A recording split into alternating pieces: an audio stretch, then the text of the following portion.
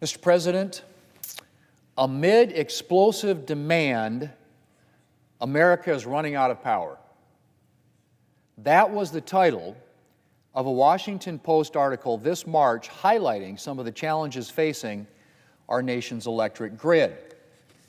And I go on to quote, "Vast swaths of the United States are at risk of running short of power as electricity-hungry data centers and clean technology factories proliferate around the country, leaving utilities and regulators grasping for credible plans to expand the nation's creaking power grid," end quote.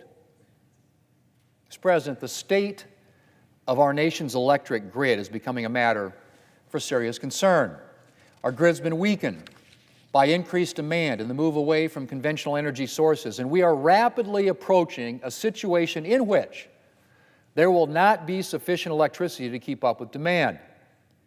And it is against this backdrop, Mr. President, against the backdrop of an aging, weakened grid struggling to meet even current needs, that the President is attempting to force the widespread adoption of electric vehicles.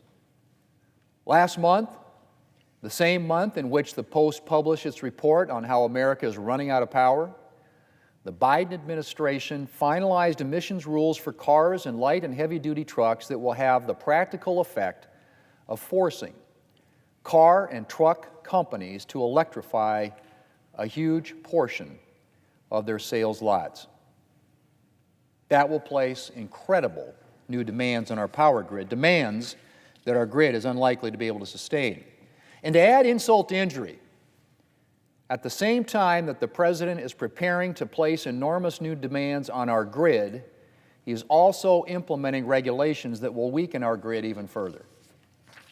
After endangering existing power plants with its so-called good neighbor rule last week the Biden administration issued new carbon capture and emissions regulations that will reduce the amount of electricity plants provide to the grid and almost unquestionably force coal-fired plants, which still, by the way, make an essential contribution to our nation's electricity supply. It'll force them to close. If not overturned, these rules are likely to result in a gaping hole in the United States electricity supply, just as the President is forcing more Americans to turn to electricity to power their cars. Not to mention the fact that they will saddle consumers and businesses with higher energy costs for less reliable energy.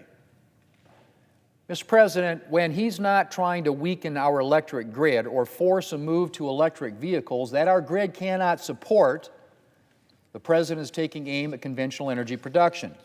Less than 2 weeks ago, the administration announced that it would be banning oil and gas development across more than half of the National Petroleum Reserve in Alaska.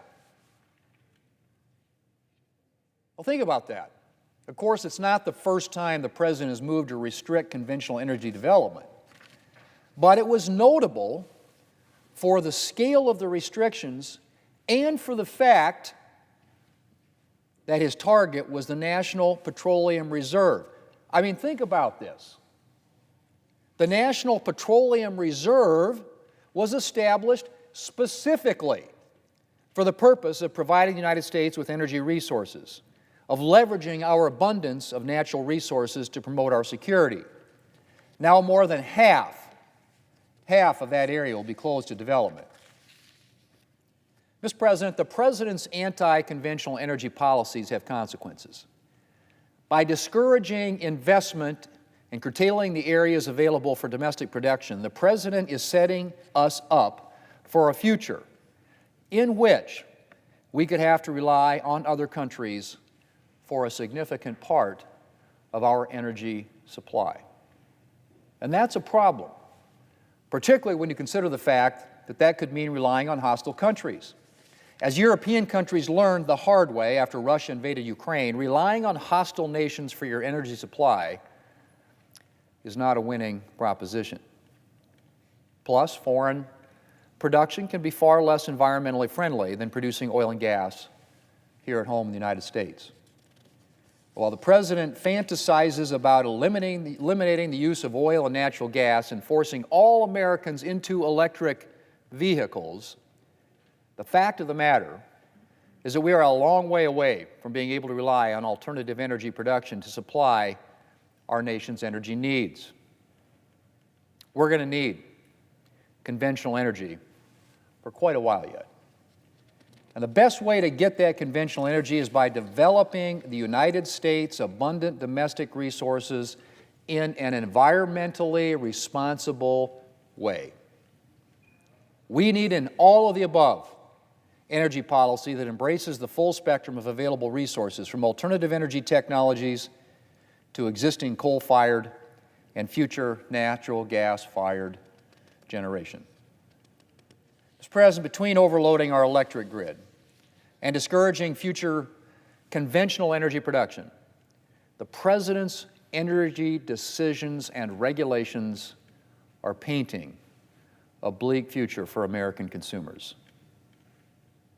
But there are things that we can do to check the President's irresponsible policies. Thanks to the efforts of Senator Sullivan and Senator Ricketts, we will soon have a chance to vote on a Congressional Review Act measure to overturn the emissions rules that will force car and truck companies to electrify a huge portion of their sales lots and strain our electric grid even further.